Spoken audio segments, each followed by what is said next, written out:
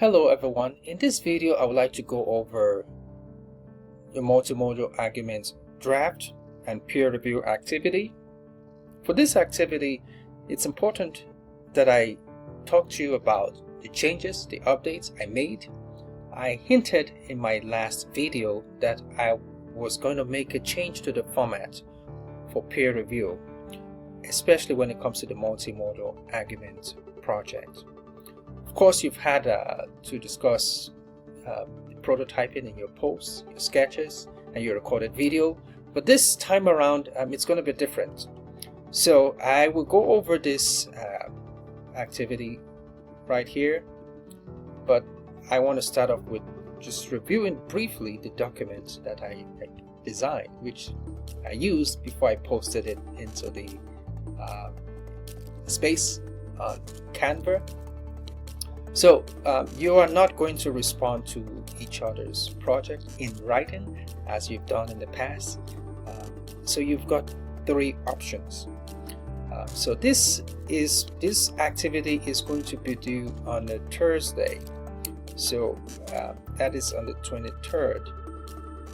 So you've got like pretty much from Monday, Tuesday, Wednesday, and then the last day, Thursday, to work on it.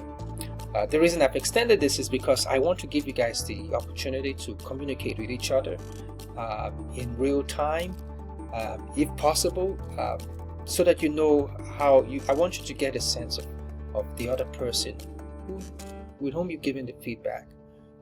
So that gives you a sense of how they're receiving it, or it gives you a chance to communicate and clarify things in real time, rather than just recording a simple video. Although that's still going to be an option, because I want to respect your time if, for instance, you cannot meet in person or virtually. So that will be the plan C, as I've outlined here. So if plan A, which is to meet in person, doesn't work for you, then you can schedule a meeting amongst your assigned peers, a virtual meeting. The benefit of doing this is that you don't have to do any writing, other than just tell me at the I have another activity which I'll review briefly how the session went and who participated in the session with you, the peer review session. Another benefit is that if you do this online, again, like meeting in person, is you get to talk to your peers. So you've been reading their posts, but you've not had the opportunity. Of course, this is an online class, and we can do virtual meeting. That works perfectly well for in this setting. So these two options, option A and option B, I think are the most convenient for you to complete this multimodal argument project peer review. Then the other option, which is plan C, it's a little bit more work. The reason why it's more work is because you're going to have to record 3 videos. I would rather that you do not go with plan C. But if you want to do plan C, then go for it. But just know that it's going to be more work, because I'm requiring you to create like 3 videos. The first video is to explain the context of your own multimodal project, so that when your peer reviewer looks at it, they have some understanding. And you're going to be answering questions about the purpose of your multimodal arguments, who is the target audience, why have you chosen this particular genre, given your purpose and audience. Okay, so that's the question you're going to ask. And the second one is that you'll create another videos in which you speak about peer review feedback in accordance with the outlined protocols, which is right here for your first assigned peer review member. So you will do the same in its third video by creating by speaking about your peer review feedback according to these specifications right here. Okay, so to make this simple for you, this is what it looks like. So the instructions are here, the goals and objective of this learning activity. The goal for this learning activity is that you engage in multiple drafts. Of course, you've been doing this since the last activity we completed in this class, but this is an iterative process. You want to review how this is connected to the multimodal argument. I expect when you get engaged in peer review, you're going to refine your work further. So you don't want to just rush and submit. There's always going to be something you can change or adjust or edit or revise. And to make this more interesting, there is not going to be any instructor conference.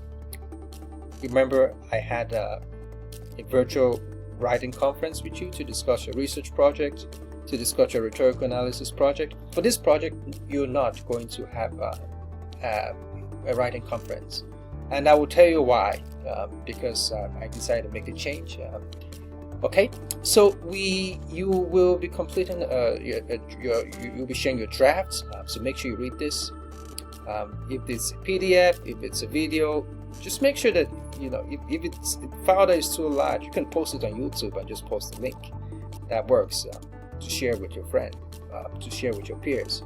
This is not a final draft, so be mindful that I expect you to, after following this draft, I expect you to work on your project, to revise it some more. Again, so this I've already gone over, but I wanted to show you, just go over this briefly, how it looks like, the interface. So part 2, which is the peer review, so you have option A, B, or C. I've already explained what's going to happen if you cannot do option A or option B. So you've got between Monday and Thursday to complete this. Now make sure you click on the drop down menu here, because it helps you to see what the instructions. So again, you are only going to peer review 2 of your assigned peer, and this is what the assigned group looks like. So you've got 4 people here. There's another group which I have 2 people. That's the only exception. But so you're only working with 2 people in your group. If you want to work with all 4, good. Just make sure you select 2 that is placed in your group.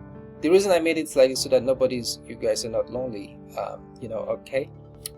And then if somebody's not responding, you can always go to the second person. So you only need to do a minimum of 2. If you want to do 3, go for it. It doesn't hurt.